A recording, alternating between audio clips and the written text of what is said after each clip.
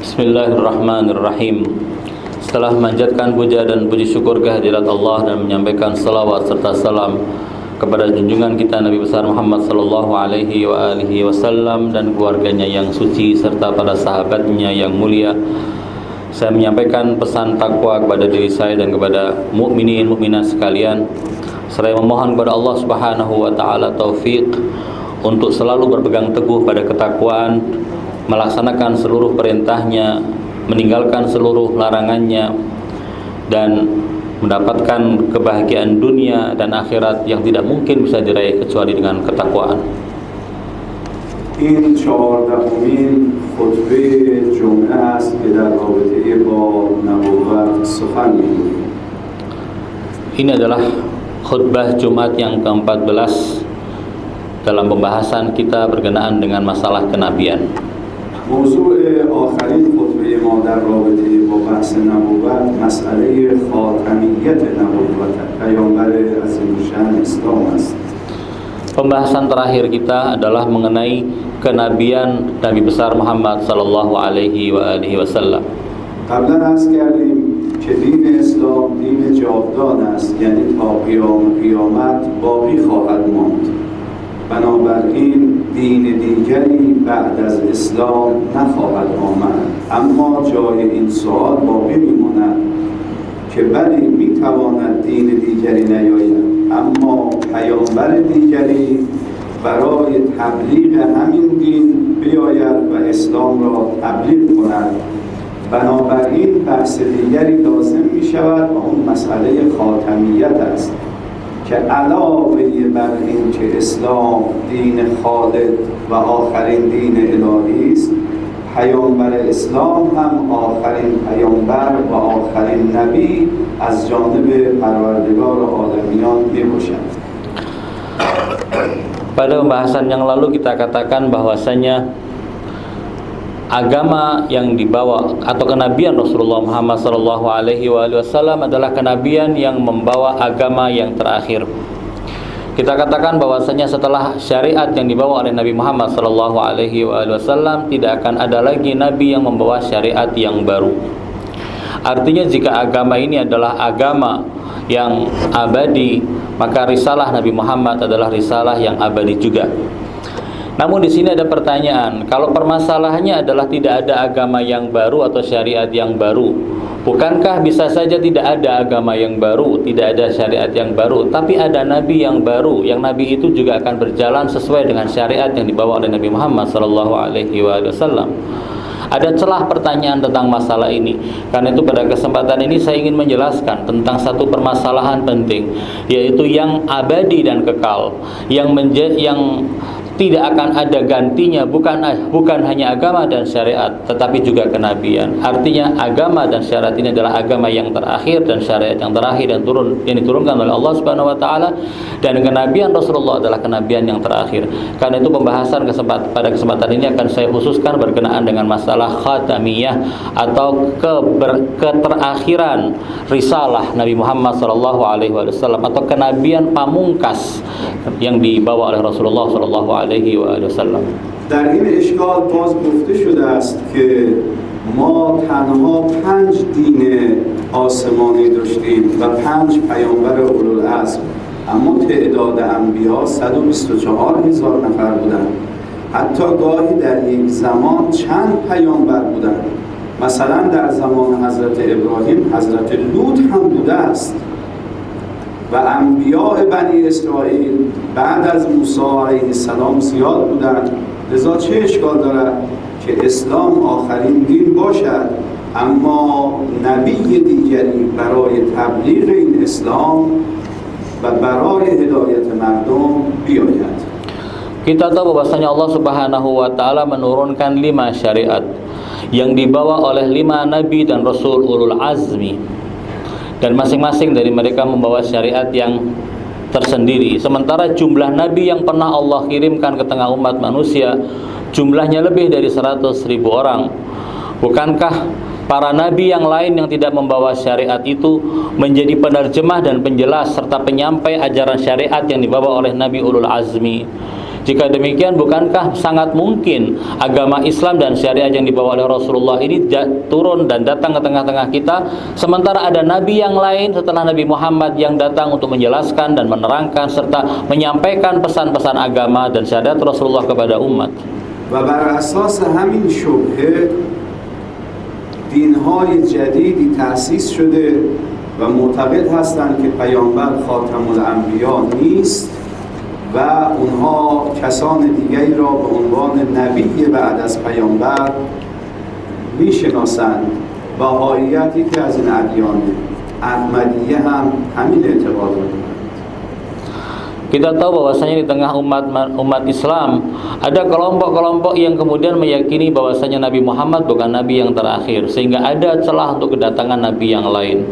Munculnya sekte-sekte dan kelompok-kelompok seperti Bahaiyah atau agama Bahai, atau juga kelompok Ahmadiyah yang meyakini Mirza Ghulam Ahmad sebagai nabi setelah Nabi Muhammad sallallahu alaihi wasallam adalah contoh dari pengingkaran sekelompok orang terhadap khatamiyahnya kenabian Rasulullah.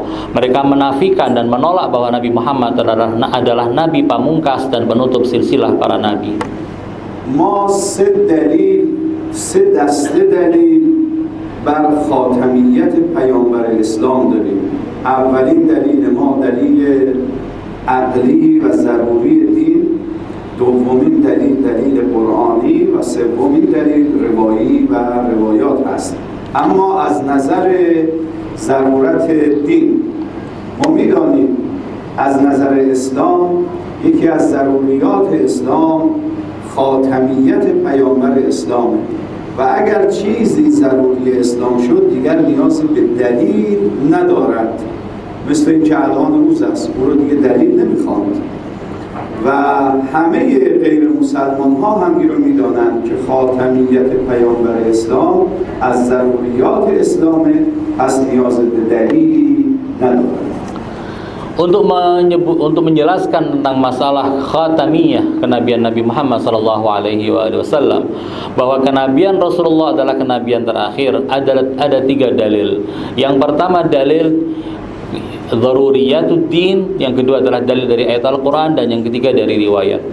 Berkenaan dengan masalah daruriyatuddin, maksudnya adalah bahwa ada hal-hal yang menjadi keniscayaan dari agama. Sesuatu yang menjadi keniscayaan dalam agama adalah sesuatu yang disepakati oleh seluruh kaum muslimin, yang merupakan sesuatu yang tidak bisa dipisahkan dari agama Islam. Itu yang disebut dengan daruriyat. Dan ketika sesuatu sudah masuk dalam kelompok daruriyat, tidak perlu dalil lagi untuk membuktikan hal itu, karena semuanya sudah mengakui. Masalah Nabi Muhammad sebagai Nabi pamungkas adalah salah satu konsep atau salah satu pemikiran yang berhubungan dengan daruriyatuddin, sesuatu yang diterima oleh seluruh kaum muslimin. Jika demikian, kita tidak memerlukan dalil untuk membuktikan bahwa Nabi Muhammad adalah Nabi yang terakhir. Tapi meski demikian, kita akan menyampaikan beberapa dalil yang lain dari Al-Quran maupun dari riwayat. دومین دلیل ما آیه کریمه قرآن است. در سوره احزاب آیه 40 خداوند تبارک و تعالی تصریح فرموده است که و ما کان محمد ابا احد من رجالکم ولکن رسول الله و خاتم النبیین. در این آیه به صراحت خداوند فرموده پیامبر اسلام خاتم النبیین است. خاتم یعنی چیزی که به او ختم می شود، بعد از او دیگری وجود ندارد. Dalil yang pertama dari Al-Quranul Karim, yaitu dalil ayat Al-Quran surat Al-Ahzab ayat 40. Allah Subhanahu wa taala berfirman, "Ma kana Muhammadun aba ahadin min rijalikum walakin Rasulullah wa khataman nabiyyin." Muhammad bukanlah ayah dari salah satu orang laki-laki di antara kalian, tetapi dia adalah Rasul utusan Allah dan dia adalah khataman nabiyyin. Berkenaan dengan masalah khataman nabiyyin, khatam adalah sesuatu yang digunakan untuk menutup sesuatu, pungkasan dari sesuatu, penutup dari segala sesuatu disebut dengan khatam. Ketika Rasulullah di ayat ini disebut dengan khatamun nabiyyin, berarti beliau adalah penutup silsilah para nabi. بعضی به این آیه شبهه کردن و گفتن مراد از خاتم یعنی انگشتر. پیامبر خاتم النبیین است. اون کلمه خاتم در عربی به معنی انگشتر هم هست، یعنی پیامبر در میان انبیا مثل خاتم میماند، زیبا است بین همه انبیا. جواب این سوال روشن است و این است که خاتم به معنای انگشتر نیست، بلکه به معنای چیزی است که به او ختم می شود، ما یختتم به. و چون سابقا نامه ها رو با انگشترهای خودشون که مهر اونها حساب می شد ختم می کردن، لذا به انگشتر هم خاتم گفته می شود و الا معنای خاتم انگشتر نیست، بلکه معنای خاتم ما یختتم بهی هست، چیزی که به او ختم می‌یابد. و خاتم النبیین یعنی پیامبری که با اون نبوت ختم یافت و تمام شد. Sebagian orang kemudian melayangkan kritik terhadap dalil ini. Mereka mengatakan ayat yang menyebutkan khatamun nabiyyin dan menyebut Nabi Muhammad sebagai khatamun nabiyyin, khatam artinya bukan penutup silsilah para nabi. Khatam dalam bahasa Arab berarti cincin. Jika cincin itu adalah hiasan, ayat ini hendak mengatakan bahwa Nabi Muhammad di kalangan para nabi adalah seperti hiasan yang menonjol. Beliau adalah hiasan di antara semua para nabi, karena itu disebut dengan khatamun nabiyyin. Ini bukan dalil bahwa Nabi Muhammad adalah nabi terakhir. Untuk menjawab kritikan ini, kita katakan bahwasanya kata khatam dalam bahasa Arab sebenarnya artinya bukan cincin.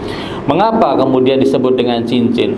Karena dulu orang Arab ketika menggunakan cincin, cincinnya itu mengandung suatu pahatan, suatu yang menonjol, yang kemudian digunakan untuk menutup surat sebagai tanda tangan dalam sebuah surat, segel, dan juga berfungsi sebagai segel.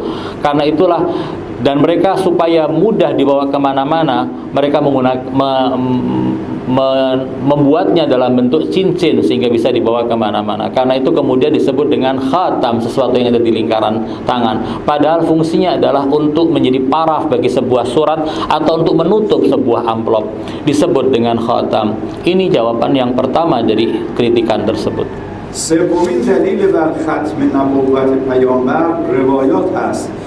ما بیش از صدها روایت در رابطه با خاتمیت نبوت پیامبر اسلام داریم که من دو روایت رو نقل کنم. اولین روایت معروف است به روایت حدیث منزلت که هم اهل سنت و هم شیعه این روایت رو به صورت متواتر نقل کردند. وقتی پیامبر برای جنگ تبوک خواستن تشریف ببرند، امیرالمؤمنین علی علیه السلام رو در مدینه به جای خودشان گذاشتند.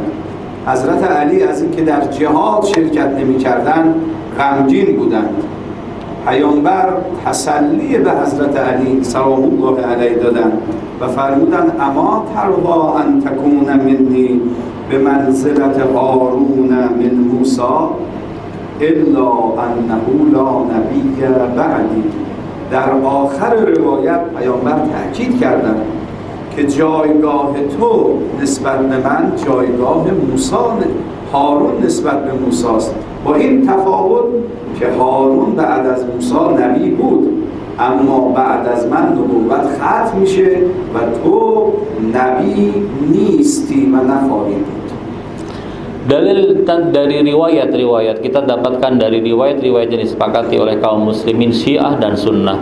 Baik Syiah maupun Sunnah menukil atau meriwayatkan sebuah hadis dari Nabi SAW yang dikenal dengan sebutan hadis manzilah. Hadis itu adalah hadis yang diucapkan Rasulullah ketika beliau meninggalkan kota Madinah untuk melakukan suatu jihad dalam peperangan Tabuk menuju ke wilayah Tabuk. Imam Ali bin Abi Thalib diserahi oleh Rasulullah SAW tugas untuk menjaga kota Madinah dari kemungkinan orang-orang munafikin melakukan makar dan tipu daya ketika Nabi tidak ada. Imam Ali bin Abi Thalib merasa bersedih hati kenapa beliau tidak mendapatkan kesempatan untuk berjihad bersama Rasulullah dalam perang Tabuk. Rasulullah bersabda kepada Imam Ali bin Abi Thalib dan mengatakan pada beliau untuk menghibur beliau dan menyebutkan kedudukan tinggi yang dimiliki oleh Ali bin Abi Thalib. Beliau mengatakan dalam hadis yang terkenal, "Ama tarda an takuna minni bimanzilati Harun min Musa?" Apakah engkau tidak rela wahai Ali untuk memiliki kedudukan seperti kedudukannya Musa, kedudukannya Harun di sisi Musa, dan engkau memiliki kedudukan itu di sisiku. Di akhir hadis itu Rasulullah mengatakan illa annahu la nabiyya ba'di, hanya saja dulu Harun juga nabi, tapi engkau bukan nabi dan tidak akan pernah menjadi nabi. Ini suatu dalil yang menunjukkan dari Rasulullah SAW bahwa tidak ada nabi setelah beliau. در روایت دیگری که از پیامبر نقل شده حضرت فرمودند ایها الناس انه لا نبی بعدی ولا سنت بعد سنتی. هیچ پیامبری بعد از من نخواهد آمد و هیچ سنتی و دینی بعد از سنت من و بعد از دین من نخواهد آمد. روایت دیگری هم هست که معروف است و همه شما شنیدید که حضرت فرمودند حلال محمد حلال الی یوم القیامه و حرام حرام الی یوم القیامه، یعنی دیگر نبی بعد از پیامبر نخواهد آمد. Riwayat yang lain adalah hadis dari Rasulullah SAW. Beliau bersabda, ayyuhan nas, wahai sekalian manusia, innahu la nabiyya ba'di wa la sunnata ba'da sunnati. Tidak ada nabi setelah aku dan tidak ada syariat dan sunnah setelah sunnah dan syariatku. Ini hadis yang disampaikan oleh Nabi Muhammad SAW yang dengan tegas menafikan adanya nabi siapapun juga setelah beliau. Ada pula riwayat yang lain yang kita juga sering mendengar riwayat itu. Beliau mengatakan halalu Muhammadin halalun ila yaumil qiyamah. Apapun yang dihalalkan oleh Nabi Muhammad halal sampai hari kiamat. Yang diharamkan oleh beliau akan haram sampai hari kiamat. Yang menunjukkan bahwasanya tidak akan ada lagi aturan-aturan yang baru setelah aturan yang dibawa oleh Rasulullah SAW berkenaan dengan agama Allah. فلسفه ختم نبوت پیامبر چیست؟ این مسئله است که باید به اون توجه بشود. برای ارسال انبیا و فلسفه ختم نبوت چند نکته مورد توجه قرار می‌گیرد. اولا در زمانهای گذشته چون تبلیغ در همه مناطق امکان نداشت، وسایل و تجهیزات روز نبود، لذا خداوند تبارک و تعالی برای هر منطقه‌ای پیامبری میفرستاد. ثانیاً به خاطر پیچیده بودن روابط اجتماعی لازم بود قوانین جدیدی همیشه وضع بشود. ثالثاً در ادیان گذشته تحریف‌هایی به وقوع پیوست و ادیان الهی تحریف شد. خب اگر این سه مسئله وجود نداشته باشد نیازی به ارسال نبی جدیدی نیست. پیامبر با جانشینان معصوم خود تا قیامت در تمام سرزمین جهان دین اسلام رو تبلیغ میکنند، پس نیاز به نبی دیگری نیست. ثانیاً اسلام کامل است و متکفل همه قوانین است، پس نیاز به دین جدیدی نیست. ثالثاً خداوند تبارک و تعالی این دین را از تحریف محافظت کرده، حفظ کرده، بنابراین نیاز به دلیل و دین جدیدی نیست. Mungkin ada yang bertanya mengenai filosofi, kenapa harus kenabian ini harus diakhiri? Kenapa kenabian ini tidak berjalan terus sampai hari kiamat? Apa filosofinya? Untuk menjawab filosofi ini kita perlu mengetahui filosofi yang sebaliknya, yaitu filosofi kenapa Allah mengutus nabi disusul dengan nabi-nabi yang lain dan ada kesinambungan para nabi. Mengapa? Karena yang pertama adalah pada zaman dahulu untuk bisa menyampaikan pesan Allah kepada seluruh umat manusia tidak mungkin bisa dilakukan oleh seorang nabi. Karena sarana-sarana yang tidak ada pada saat itu untuk bisa menyampaikan pesan Allah kepada seluruh umat manusia. Karena itu Allah mengutus untuk setiap kaum seorang nabi, untuk suatu generasi seorang nabi, karena keterbatasan sarana untuk bisa menyampaikan pesan Allah kepada seluruh umat manusia. Yang kedua adalah karena kondisi kehidupan yang berbeda-beda dan sangat rumit yang dialami oleh umat manusia sepanjang zaman. Kondisi ini tentunya menuntut adanya hukum-hukum dan aturan-aturan yang baru, atau mungkin aturan yang sudah lama disesuaikan dengan aturan yang baru, atau dilakukan perubahan-perubahan atas aturan-aturan yang lama. Sehingga nabi yang sudah diutus, ketika aturan yang lama sudah tidak relevan lagi, akan disusul dengan syariat atau aturan yang baru yang dibawa oleh nabi yang lain. Dan yang ketiga adalah bahwa ketika ada seorang nabi yang membawa suatu risalah atau suatu kenabian atau suatu syariat, kemudian nabi itu meninggal dunia, syariat yang ditinggalkan oleh dia akan disimpangkan oleh orang-orang jahat yang ada di tengah kaumnya. Muncullah agama-agama dan syariat-syariat yang menyimpang, padahal yang disampaikan oleh nabi sudah lurus. Nah, itulah filosofi kenapa Allah mengutus banyak nabi pada setiap generasi dan setiap kaum. Jika hal-hal semacam itu tidak ada, jika hal-hal semacam itu tidak terjadi, artinya jika Rasulullah Muhammad sallallahu alaihi wasallam datang dan dengan imamah para imam maksum yang melanjutkan misi beliau, pesan Allah bisa disampaikan ke seluruh jagat. Jika dengan syariat yang Allah turunkan lewat Rasulullah sallallahu alaihi wasallam ini, seluruh kaidah, seluruh undang-undang bisa terakomodir dengan syariat Rasulullah ini. Dan jika ada jaminan bahwa syariat ini tidak mungkin akan disimpangkan dan Allah akan selalu menjaga syariat ini, apakah masih diperlukan datangnya seorang nabi yang lain? Inilah filosofi dari kenapa kenabian itu diakhiri pada sosok Nabi Muhammad sallallahu alaihi wasallam. آخرین شبهه‌ای که در رابطه با ختم نبوت شده است، شبهه‌ای است که اخیراً و در جهان معاصر شده.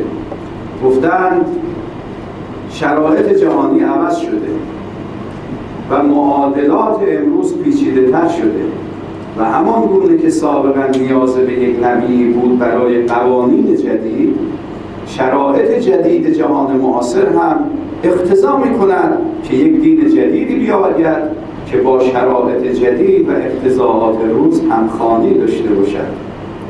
پاسخ این سوال و این شبهه روشن است و اون است که اونها اسلام رو نمی‌فهمند، ولی شرایط جدید شده، نیازهای جدیدی برای قوانین هست، اما اسلام متکفل همه این قوانین هست و اصول کلی تمام قوانین در اسلام وجود دارد که این بحث در فقه مفصل بحث شده و وقت اجازه نمی‌دهد اونها بپردازیم که چگونه اسلام میتواند همه قوانین جدید را در حوزه دین و در روابط اجتماعی تأمین کند.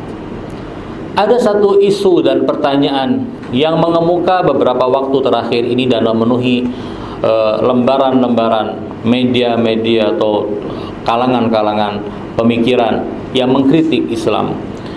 Mereka mengatakan begini, jika salah satu filosofi datangnya nabi mengganti nabi yang sebelumnya dan datangnya syariat yang menggantikan syariat yang sebelumnya adalah karena kondisi yang menuntut adanya aturan-aturan yang baru. Jika itu kita terima. Bukankah zaman sekarang ini adalah zaman yang modern? Zaman yang jauh berbeda dengan 1400 tahun yang lalu, yang tentunya juga kondisinya berbeda, teknologi berbeda, isu-isu dan hal-hal yang dihadapi oleh umat manusia dewasa ini jauh berbeda dengan yang ada di zaman lalu. Bukankah ini menuntut adanya aturan-aturan yang baru? Dan jika itu dibutuhkan, berarti bukankah ini juga menuntut adanya syariat yang baru dan nabi yang baru? Dalam menjawab kritikan ini kita katakan orang yang menyampaikan kritik ini tidak mengenal Islam dengan benar. Islam datang dengan membawa aturan-aturan yang bisa mencakup semua permasalahan dan menjawab semua pertanyaan dalam semua zaman dan kondisi. Di dalam fikih sudah ada rumusan-rumusan yang semacam itu. Islam ajaran Nabi Muhammad SAW menyampaikan aturan-aturan dan prinsip-prinsip garis besar yang bisa dikembangkan untuk bisa menjawab pertanyaan-pertanyaan dan menjawab isu-isu kontemporer yang muncul di setiap zaman. Dan itu difahami oleh para fuqaha. Dan inilah pentingnya permasalahan ilmu fikih, dan tentunya tidak bisa untuk disampaikan permasalahan itu di forum yang semacam ini. أقول قولي هذا أستغفر الله لي ولكم استغفروه يغفر لكم ذنوبكم إنه هو التواب الرحيم بسم الله الرحمن الرحيم قل هو الله أحد الله الصمد لم يلد ولم يولد ولم يكن له كفوا أحد صدق الله العلي العظيم إن الله وملائكته يصلون على النبي يا أيها الذين آمنوا صلوا عليه وسلموا تسليما اللهم صل على محمد وآل محمد اللهم صل على محمد وآل محمد اللهم صل على محمد وآل محمد بسم الله الرحمن الرحيم الحمد لله رب العالمين وصلى الله على سيدنا ونبينا أبي القاسم المصطفى محمد اللهم صل على محمد وآل محمد اللهم صل على محمد وآل محمد اللهم صل على محمد وآل محمد وعلى أهل بيته الطيبين الطاهرين سيما ابن عمه وكاشف سره ومبلغ رسالاته علي أمير المؤمنين وعلى ابنته فاطمة الزهراء سيدة نساء العالمين وعلى ولدي الحسن والحسين سيدي شباب أهل الجنة وعلى علي بن الحسين ومحمد بن علي وجعفر بن محمد وموسى بن جعفر وعلي بن موسى ومحمد بن علي وعلي بن محمد والحسن بن علي والخلف القائم اللهم صل على محمد وآل جزك على عبادك وأمنائك في بلادك اللهم صل وسلم وزد وبارك على محمد وآل محمد كما صليت وباركت وترحمت على إبراهيم وآل إبراهيم إنك حميد مجيد عباد الله أوصيكم ونفسي بتقوى الله. 4 مناسبت هست که من این مناسبت ها رو یادآوری میکنم و به دلیل کمی وقت صرفاً عناوین این مناسبت ها را خدمت شما عرض میکنم. Bismillahirrahmanirrahim. Setelah menjadikan puja dan puji syukur kehadirat Allah dan menyampaikan salawat serta salam kepada Rasulullah dan keluarganya yang suci serta para imam ma'sumin alaihimussalam, saya mewasiatkan pesan takwa kepada diri saya dan kepada hadirin hadirat mukminin dan mukminat sekalian. Ada 4 momen yang ingin saya singgung saja pada kesempatan kali ini mengingat keterbatasan waktu. مناسبت اول سالگرد تأسیس وزارت دین است. ما به دولت محترم اندونزی و به ویژه به وزارت دین تبریک و تهنیت عرض می‌کنیم. سالگرد تأسیس این وزارت فخیمه و بزرگ را و تقدیر و تشکر می‌کنیم که دولت محترم اندونزی از گذشته به حال نسبت به دین توجه داشته و برای امور دین و مسائل دینی یک وزارتی رو اختصاص داده است اکثریت مردم این کشور مسلمانند، بلکه بیشترین جمعیت مسلمان در این کشور است. بنابراین لازم بود و هست که وزارتی برای دین بوده باشد. لذا هم تبریک عرض می‌کنیم، هم تقدیر و تشکر و هم دعا می‌کنیم که خدا به اونها توفیق عنایت کنند بتوانند امور دینی مردم رو مدیریت کنند. Yang pertama adalah peringatan pendirian Kementerian Agama di Indonesia ini. Kita tahu bahwasanya Indonesia adalah negara yang mayoritas penduduknya beragama Islam dan bahkan tercatat sebagai negara dengan penduduk muslim terbesar di dunia. Karena itu adalah salah satu hal yang sudah merupakan kebutuhan bagi negara ini untuk mendirikan sebuah kementerian dengan nama Kementerian Agama. Dan kami mengucapkan selamat kepada Kementerian Agama dan kepada pemerintah Indonesia atas peringatan pendirian kementerian ini. Dan kita tahu bahwasanya pemerintah Indonesia dari dulu sampai sekarang memiliki perhatian yang besar kepada urusan agama, dan kami berdoa kepada Allah Subhanahu wa taala semoga Kementerian Agama ini dan pemerintah Indonesia mendapatkan taufik dari Allah Subhanahu wa taala untuk bisa mengurusi permasalahan keagamaan bangsa ini dengan sebaik-baiknya. دومین مسئله روز درختکاری هست که یک مسئله مهمی هست. من روایات متعددی رو یادداشت کردم ولی چند روایت برای شما میخونم. روایت اول این است که حضرت فرمودند ان قامت الساعه و فی ید احدکم الفصیله فان استطاع الا تقوم الساعه حتی یغرسها فلیغرسها. حضرت فرمودند اگر در دست شما یه درختی هست و دارد قیامت می شود، قبل از اینکه قیامت بشید این درخت رو بکارید. این توجه ویژه به مسئله درختکاری هستش. Yang kedua adalah momen hari penghijauan. Kita tahu bahwasanya agama Islam adalah agama yang menaruh perhatian yang besar kepada penanaman pohon dan penghijauan. Salah satunya adalah hadis dari Rasulullah Shallallahu Alaihi Wasallam. Beliau bersabda, jika sudah mendekati hari kiamat dan kiamat akan datang sebentar lagi, sementara di tangan kalian ada tunas tanaman, tanamlah tanaman itu. نکته دوم باز در روایات از صدقه از درختکاری به عنوان یک صدقه جاریه تعبیر شده است. از پیامبر نقل شده ما من مسلم یغرس غرسا او یزرع زرعا فیأکل منه انسان او طیر او بهیمه الا کانت له به صدقه. Yang berikutnya lagi adalah bahwa orang menanam tanaman lalu kemudian ada yang memanfaatkan tanaman itu. Jika dia berbuah, mungkin manusia yang memanfaatkannya, atau mungkin makhluk-makhluk yang lain dan ciptaan-ciptaan Allah yang memanfaatkannya, maka itu terhitung sebagai sedekah. Dalam sabda Nabi Muhammad Sallallahu Alaihi Wasallam, beliau bersabda, tidak ada seorang muslim pun yang menanam tanaman, pepohonan atau tumbuh-tumbuhan yang kemudian dia tumbuh, dimanfaatkan dan dimakan oleh seorang manusia, atau bukan manusia, yang memakannya adalah burung atau mungkin hewan ternak yang memakannya.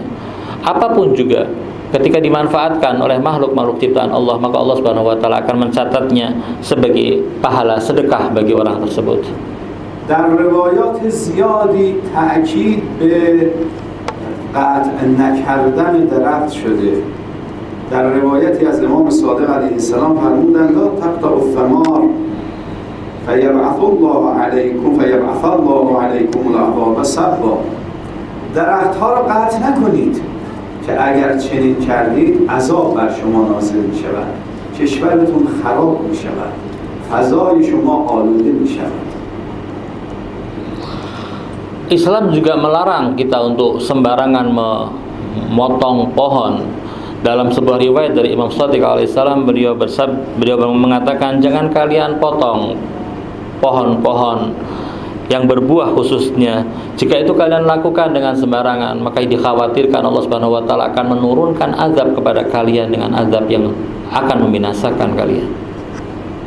سومین مناسبت رحلت حضرت ام البنین زوجه امیرالمؤمنین علیه السلام است. این زن وفادار بر سید الشهدا علیه السلام وقتی ملاحظه کرد که 4 نفر از فرزندان او به شهادت رسیدند، همیشه برای سید الشهدا گریه میکرد و در قبرستان بقیع 4 قبر به یاد فرزندانش درست کرده بود و همیشه برای اونها گریه میکرد، زیر آفتاب مینشست و میگفت از زمانی که شنیدم بدن سید الشهدا زیر آفتاب است، من زیر سایه. Yang ketiga adalah momen peringatan wafatnya Sayyidah Ummul Banin, istri Imam Ali bin Abi Thalib, seorang wanita yang sangat mulia yang memberikan segala hidupnya untuk Imam Husain alaihissalam. Ketika Ummul Banin mendengar bahwa 4 putranya gugur bersama dengan Imam Husain di Karbala, yang beliau tangisi bukan putra-putranya melainkan Imam Husain. Lalu kemudian Ummul Banin membuat 4 kubur sebagai simbol atas 4 anaknya yang gugur di Karbala. Beliau membuat kubur itu di Baqi, dan setiap siang hari beliau berada di kuburan itu dan menangisi Sayyidus Syuhada, dan mengatakan bahwasanya semenjak aku mendengar bahwa Sayyidus Syuhada jasadnya terkena sinar matahari dan tersengat panasnya matahari di Karbala, aku tidak akan pernah lagi untuk tinggal di atap, dan aku lebih suka matahari membakar tubuh. و 4مین مناسبت 3مین سالگرد شهادت سردار رشید اسلام حاج قاسم سلیمانی و یار وفادار او مرحوم شهید جمال ابو مهدی المهندس و شهدای دیگر است. این شهادت 2 وجه دارد. یک وجه شهادت اونهاست که اونها به نهایت آرزوی خودشون رسیدند، به خدا رسیدند. وقتی حاج قاسم رو تهدید کردند که تو را ترور میکنیم، خندید و میگفت من از بیابان به بیابان و صحرا به صحرا میگردم دنبال شهادتم، شما من رو از شهادت میترسانید. من نهایت آرزویم این است که به شهادت برسم و اون هم به دست بدترین و منفورترین فرد روی زمین. Yang keempat adalah peringatan 3 tahun peringatan syahidnya Panglima Besar Islam, yaitu Syahid Qasim Sulaimani dan Abu Mahdi Al-Muhandis bersama para syuhada yang lain. Dalam masalah syahadah yang diraih oleh Syahid Qasim Sulaimani, ada 2 poin yang patut untuk disoroti. Yang pertama adalah bahwa syahadah bagi orang-orang seperti Syahid Qasim Sulaimani adalah suatu impian, dan beliau telah mendapatkan impian tersebut. Ketika Amerika mengancam Syahid Qasim Sulaimani untuk diteror dan dibunuh, beliau justru tertawa dan mengatakan, aku berpindah dari satu gurun ke gurun yang lain, dari satu front pertempuran ke pertempuran yang lain. Aku mencari kematian dan syahadah. Apakah engkau akan mengancamku dengan sesuatu yang aku cari? Inilah yang dicari oleh syahid. و این درس رو از سید الشهدا علیه السلام فرا گرفته بود که فرمودند شهادت در راه خدا برای ما سعادت است. Yang kedua adalah bahwasanya syahadah adalah sebuah pelajaran yang diambil dari perjuangan Imam Husain alaihissalam. Bukankah Sayyidus Syuhada pernah mengatakan bahwasanya kematian di jalan Allah dan syahadah itu adalah sebuah kebahagiaan yang tertinggi bagi seorang muslim? ما که در این دنیای 2 روز و زودگذر می‌رویم، هیچ کس باقی نمی‌ماند. پس چه بهتر است این جان ناقابل خود را به خداوند تبارک و تعالی تقدیم کنیم و خداوند هم خریدار ماست. ان الله اشتری من المؤمنین انفسهم. خیلی عجیبه این آیه. خدا که چیز بد نمیخره، خدا حکیم علی الاطلاقه. ما کی هستیم که خدا میاد جان ما رو میخره؟ خدا او به ما داده، چطور از ما میخرد؟ ولی خدا میگوید ان الله اشتری من المؤمنین انفسهم. خوشا به سعادت اونهایی که با خدا معامله میکنن و جانشون رو به خدا میفروشند. Kita hanya hidup beberapa waktu yang singkat di dunia. Tidak ada orang yang akan kekal di dunia. Semua orang pasti akan meninggalkan dunia ini. Bagaimana cara meninggalkan dunia? Itu adalah yang paling penting. Bukankah dengan cara syahadah adalah sesuatu yang sangat tinggi nilainya? Bukankah Allah Subhanahu wa taala dalam Al-Qur'anul Karim sudah mengatakan, kalau engkau memberikan nyawamu dan jiwamu kepadaku, aku akan membelinya. Bukankah Allah adalah zat yang tidak mungkin akan memberi sesuatu yang remeh-temeh? Yang akan dibeli adalah sesuatu yang sangat bernilai dan diberi dengan harga yang sangat tinggi. Ayat yang mengatakan, innallaha ashtara minal mu'minina anfusahum wa amwalahum bi anna lahumul jannah. Allah membeli dari kaum mukminin, dari manusia-manusia yang Allah ciptakan, nyawa mereka Allah ciptakan, harta mereka Allah berikan. Lalu Allah mengatakan, aku akan membeli apa yang aku telah berikan pada kalian itu dengan harga surga. Bukankah ini adalah suatu transaksi yang sedemikian indah yang Allah tawarkan kepada umat manusia? Dan alangkah indahnya ketika orang meninggalkan dunia ini dengan sebuah cawan syahadah di jalan Allah. جنبه دوم این شهادت این است که از نظر حقوق بین الملل و قوانین جهانی این بارزترین نقض آشکار تمام قوانین و حقوق بین الملل است که یک شخصیت رسمی یک کشور را در حالی که در مسافرت بوده میآیند او رو ترور میکنند، بعد هم مسئولیت اون رو به عهده میگیرند. و کی این کار میکنه؟ کسی که میخواهد برای دنیا دموکراسی بیارد، کسی که ادعای قانون میکند، کسی که ادعای حقوق بشر میکند. و ما یقین داریم که خون شهید عزیز ما سردار سلیمانی و ابو مهدی المهندس و دیگر یاران اونها رو خواهد گرفت و اونها ذلیل خواهند شد و راحت نخواهند. Sisi lain daripada syahadah Syed Qasim Sulaimani adalah bahwa peristiwa teror yang terjadi terhadap beliau adalah sebuah tindakan yang telah mencoreng dan telah menodai segala ketentuan dan hukum internasional. Bagaimana suatu pihak membunuh seorang yang menjadi tamu resmi di suatu negara tanpa mengindahkan undang-undang dan hukum internasional, membunuh orang yang diundang oleh negara itu di negara tersebut, lalu kemudian dia dengan bangga mengatakan, kami telah membunuh orang ini, diakui dan diterima bahwa mereka yang telah membunuh. Bukankah ini adalah suatu kepongahan dan kecongkakan yang tidak bisa untuk dilukiskan lagi, yang model yang semacam ini?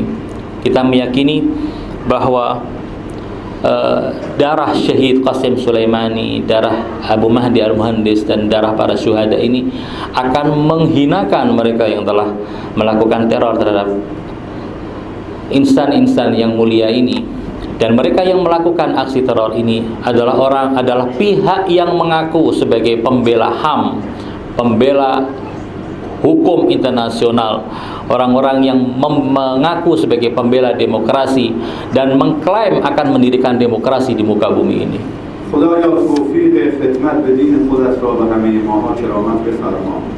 Ya Allah, berilah kami taufik untuk bisa khidmat dan mengabdi kepada agamamu.